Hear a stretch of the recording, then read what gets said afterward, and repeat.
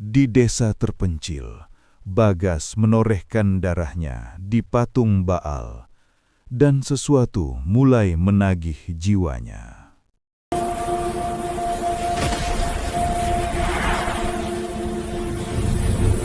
Malam itu desa terasa lebih sunyi dari biasanya. Angin hanya berbisik pelan di sela pohon jati yang mengelilingi pemakaman tua. Bagas berdiri sendiri di depan patung batu hitam yang jarang diketahui warga. Patung itu disebut Baal oleh orang-orang tua desa, simbol kuno yang tak pernah dibicarakan terang-terangan. Tangannya gemetar, namun tatapannya penuh tekad. Ia sudah kehilangan segalanya, usaha bangkrut, ibunya sakit keras, dan hutang menumpuk. Di bawah cahaya obor yang bergetar, Bagas mengeluarkan pisau kecil dari sakunya. Ia tahu malam ini akan mengubah hidupnya, atau mungkin mengakhirinya. Darah pertama menetes di permukaan batu yang dingin. Suaranya terdengar jelas dalam kesunyian. Bagas mengulang mantra yang ia temukan dalam buku tua peninggalan kakeknya. Kata-katanya asing, seperti bukan berasal dari Jawa, namun entah mengapa terasa sangat dekat.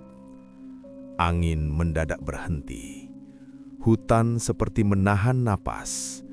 Patung itu terlihat basah, bukan hanya oleh darahnya, tetapi oleh sesuatu yang lebih gelap. Bagas merasa tanah di bawah kakinya bergetar pelan.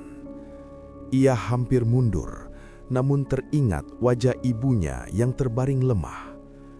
"Aku harus berhasil," bisiknya lirih. Sejak malam itu, keberuntungan datang seperti hujan deras di musim kemarau. Hutangnya lunas dalam waktu singkat. Sawarnya panen berlipat. Orang-orang mulai menghormatinya. Namun setiap malam, Bagas terbangun pukul 3 tepat. Ia selalu mendengar suara gesekan batu dari arah hutan. Awalnya samar, lalu semakin jelas. Suara seperti sesuatu sedang dipahat atau bangkit. Ibunya sembuh secara ajaib. Dokter bahkan tak mampu menjelaskan bagaimana penyakit kronis itu hilang begitu saja. Warga desa mulai berbisik. Mereka menyebut Bagas anak yang diberkati. Tapi Bagas tahu, ini bukan berkah. Setiap bercermin, matanya tampak lebih gelap, lebih dalam. Kadang ia melihat bayangan tanduk samar di belakang refleksinya. Suatu malam, seekor kambing ditemukan mati di halaman rumahnya. Tak ada luka gigitan, hanya satu garis sayatan di leher, persis seperti torehan di tangannya waktu itu. Darah kambing membentuk simbol yang sama seperti di buku tua. Bagas merasa perutnya mual. Ia tidak pernah menyentuh hewan itu. Suara dari hutan kini bukan hanya gesekan. Ada bisikan memanggil namanya. Bagas. Suaranya berat, dalam, dan bergema seperti berasal dari dalam tanah. Ia mencoba menutup telinga, tapi suara itu terasa muncul dari kepalanya sendiri. Warga mulai kehilangan ternak. Lalu seorang anak kecil hilang saat bermain di tepi hutan. Desa gempar. Bagas ikut mencari. Tapi di tengah pencarian, ia menemukan sesuatu lebih dulu. Jejak kaki kecil yang berhenti tepat di depan patung Baal.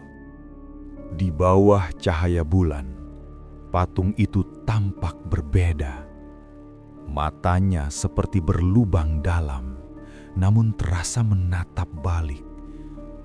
Di kakinya ada bercak darah baru, masih hangat. Nafas Bagas memburu. Bisikan itu kini berubah menjadi perintah. Janji harus dibayar. Bagas teringat bagian akhir mantra yang tak ia baca sepenuhnya.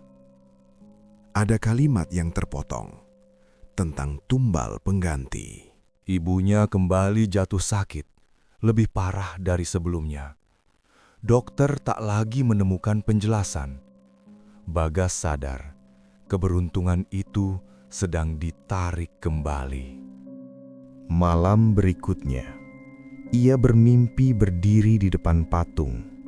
Kali ini patung itu tidak diam. Batu retak dan dari dalamnya muncul sosok tinggi bertanduk dengan mata merah menyala. Bagas terbangun dengan luka baru di tangannya. Goresan panjang seperti cakar. Darahnya menetes tanpa ia sadari. Warga mulai mencurigainya. Tatapan mereka berubah. Anak kecil yang hilang belum ditemukan. Bisikan di hutan semakin keras setiap malam. Bagas kembali ke patung itu, kali ini dengan niat menghancurkannya. Namun saat palu menghantam batu, suara jeritan memenuhi udara, bukan dari patung, tapi dari rumahnya. Ia berlari pulang. Rumahnya gelap, pintu terbuka sendiri. Di dalam, lantai penuh darah. Di tengah ruangan berdiri patung Baal. Kini berada di rumahnya, lebih besar, lebih hidup.